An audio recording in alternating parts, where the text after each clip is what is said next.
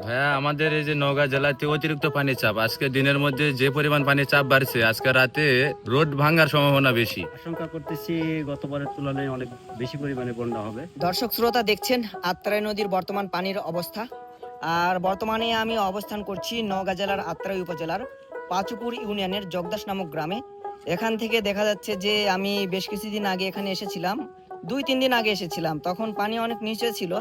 আজ দেখছেন যে পানি উপরে উঠে গেছে। এখানে কয়েকজন রয়েছে, তাদের সাথেও কথা বলবো এবং জানার চেষ্টা করব।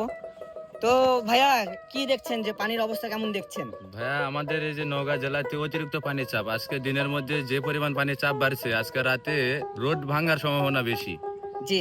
তো ভাইয়া, এবছর বন্যা কেমন হবে বলে মনে করছেন? বন্যা ভালোই হবে। আপনার মনে করেন যে দীর্ঘ টাইম বৃষ্টি হলো, মানে 3 মাস থেকে বাদল লাগাই আছে, তো মনে করেন যে হালকা হালকা করে বৃষ্টি হচ্ছে, জায়গায় জায়গায় জমা হয়ে ছিল, এখন মনে করেন যে একটু বৃদ্ধি পাচ্ছে। আসসালামু আলাইকুম। ওয়ালাইকুম আসসালাম। ভালো আছেন? জি ভালো।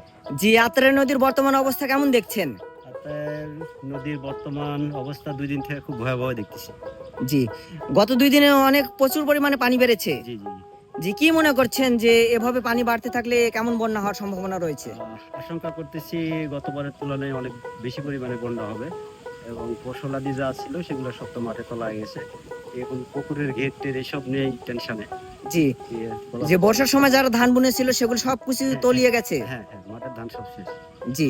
তো দর্শক শ্রোতা, আমরা ঠিক যেমনটি শুনলাম যে এবছর বন্যা হওয়ার সম্ভাবনা মানে গত বছরের তুলনায় দ্বিগুণ। এবছর দেরিতে বন্যা আসলেও আপনারা দেখতে পাচ্ছেন আজকে আত্রাই নদীর বর্তমান অবস্থা কেমন।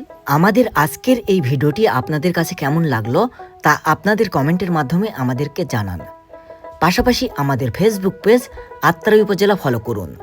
আমাদের ইউটিউব চ্যানেল আত্রাই উপজেলা সাবস্ক্রাইব করতে পারেন।